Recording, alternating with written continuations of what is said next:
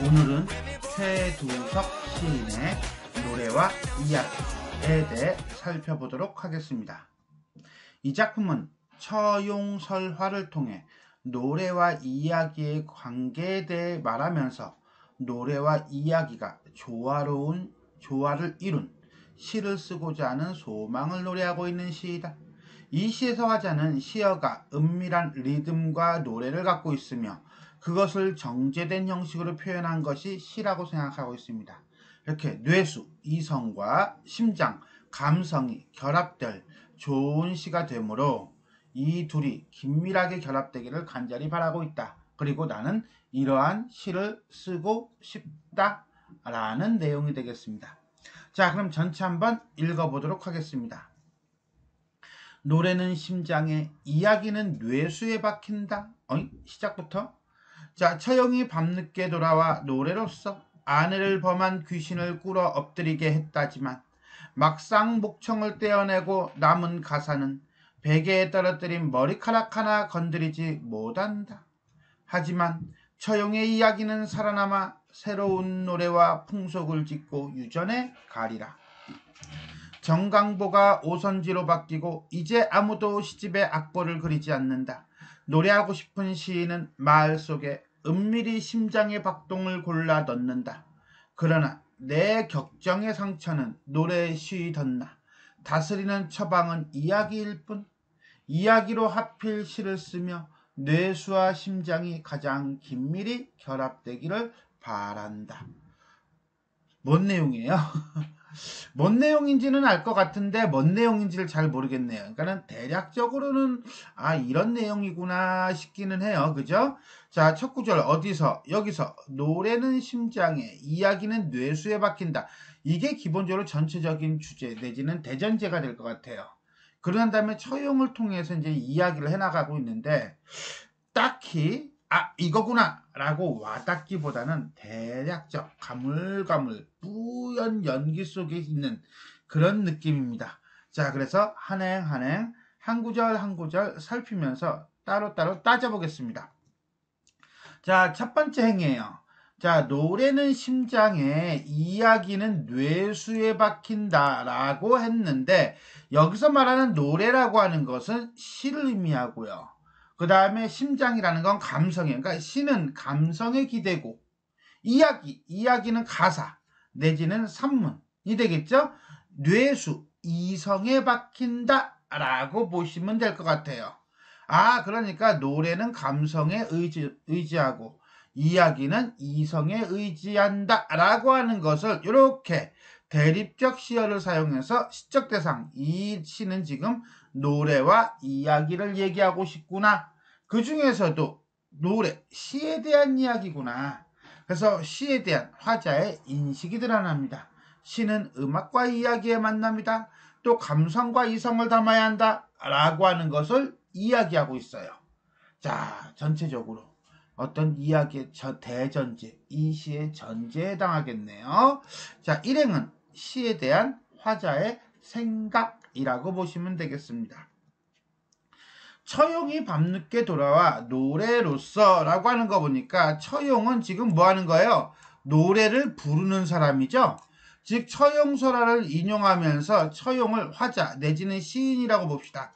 노래로서 아내를 범한 귀신을, 그럼 이 귀신은 누가 되겠어? 노래를 듣는 자죠. 즉 청자 내지는 독자 꿇어 엎드리게 했다지만, 노래에 감동하게 했다지만 함으로써 어떤 상대 청자의 행동이라든가 생각에 변화를 주는 거니까 노래의 주술성이라고 보면 되겠습니까? 어쨌거나 저쨌거나 간에 노래가 갖는 감동의 힘 정도로 보시면 돼요. 막상 목청, 노래, 음악성을 떼어놓고 남은 가사만 놓고 본다면 한마디로 이야기는 산문성은 베개에 떨어뜨린 머리카락 하나 건드리지 못한다. 한마디로 이야기, 산문이 가지고 있는 한계죠. 감동을 주지 못한다는 거예요. 결국 노래가 있기 때문에 귀신을 감동시켰다. 이야기만 가지고는 감동을 시킬 수 없다라고 얘기하네요. 그래서 노래가 주는 감동의 힘을 강조하고 있습니다. 하지만 이야기 뒤집어지나요? 처용의 이야기는 노래를 떼고 남은 가사, 이야기, 산문성은 살아남아 새로운 노래와 풍속을 짓고 유전해 가리라 후세에 널리 전해질 것이야. 그러니까 산문, 이야기가 한계를 가지고 있지만 전승력에서는 노래보다도 훨씬 더 강하다는 걸 얘기하네요. 결국 감동을 주는 노래와 그 다음에 전승력을 가지고 있는 이야기가 합쳐져야겠다. 결국 2연에서 7연까지는 처용설화를 통해 살핀 노래와 이야기의 관계에 대해서 다루고 있었습니다. 정관보가 오선지로 바뀌고, 정관보가 뭐예요? 정관보는 조선시대 악보죠. 자, 정관보가 오선지는 현대의 악보죠. 바뀌었다는 것은 결국 시간의 흐름이죠.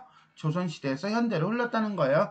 이제 아무도 시집에 악보를 그리지 않는다라고 하는 것은 요즘 현대 시는 이야기만 있을 뿐 노래가 존재하지 않는다. 어떻게 본다면 현재 시쓰기, 현대사회에서의 시쓰기 아니면 시단 뭐 이런 것들에 대한 어떤 안타까움이다라고 보시면 돼요.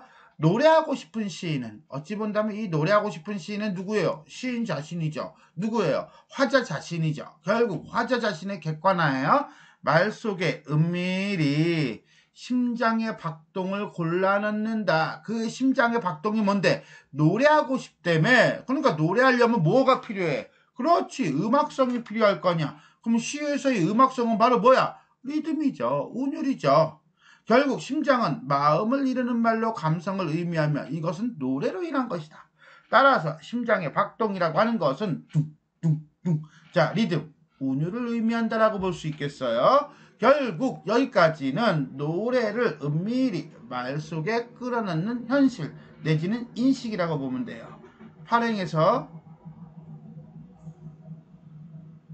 11행까지는 악보가 사라진 현실에 대한 화자의 인식이 나타나고 있다라고 보시면 되겠습니다. 둥둥둥둥둥둥둥둥. 그러나 파트, 비유티, 이야기 뒤집어지나요? 시상의 전환. 내 격정의 상처는 화자가 가지고 있는 어떤 강렬한 상처는 어떻게 본다면 시를 쓰고 싶은 어떤 창작 욕구의 시발점이 되겠네요. 무엇인가를 드러내고 싶은 그 욕구, 강렬한 상처는 오히려 노래에 시 덧나버렸어요. 즉 노래로만 이루어진 시는 상처를 오히려 돋궈주는 그런 한계를 가지고 있다고 보면 되겠어요. 시를 쓰기가 상당히 어렵네요. 다스리는 처방은 뭐에 있어? 이야기에 있어. 결국 노래만 가지고 시를 이룰 수는 없는 거야. 뭐도 필요한 거야. 그렇지, 이야기도 필요한 거야. 이야기로 하필 시를 쓰며 누가, 내가, 화자의 직업이 드러나죠. 뇌수와 이성과 심장이, 감동이 가장 긴밀히 결합되기를 나는 바란다. 소망한다. 결국 시를 쓰면서 뇌수와 심장이 결합되기를 바란다는 것은 화자가 생각하는 좋은 시란 바로 뭐다? 그렇지, 이성과 감동의 조화이다 라고 보시면 되겠습니다. 결국 12행부터 15행까지는 이성과 감동이 조화가 이루어진 시 창작에 대한 소망 내지는 다짐이라고 보시면 되겠습니다. 자, 전체 정리한다면 상황은 아마 시의 이야기만 있을 뿐 노래가 존재하지 않는 현실 속에서 처용설화를 차용해서 노래와 이야기가 조화를 이루는 시를 쓰고 싶은 화자의 소망이 드러나고 있다라고 보시면 돼요. 설화를 차용하여 말하고자 하는 바, 즉 주제를 뒷받침하고 있다라고 되어 있는데, 처용이 아내를 범한 귀신을 꾸려 엎드리게 했다라고 하는 것은 처용설화의 내용이죠. 즉 처용설화는 삼국유사에 실려있는 팔구채양가 처용과 함께 수록된 것입니다. 역신이 처용의 아내를 범했으나 이를 본 처용이 처용가를 부르며 춤을 춥니다. 이 모습에 감탄한 역신은 처용의 앞에 무릎을 꿇고 물러났으며 이후 처용은 역신을 물리치는 초월적인 존재로 인정을 받게 됩니다. 화자는 이러한 설화를 차용해서 시가 가지고 있는 교화적 기능 또는 주술적 기능을 통해 노래가 주는 감동의 힘을 노래하고 있습니다.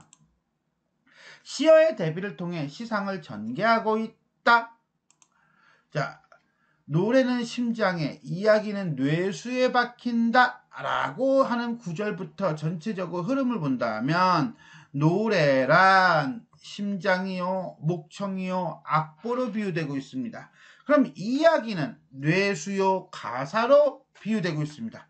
그러면서 노래, 즉 심장과 목청과 악보는 감동을 주는 존재이고 그 다음에 이야기, 뇌수, 가사는 널리 퍼져 전해지는 전승성을 갖는다라고 보고 있죠. 그래서 화자는 이 두 개가 결합된 그러한 시를 쓰고 싶어 한다라고 보시면 되겠습니다.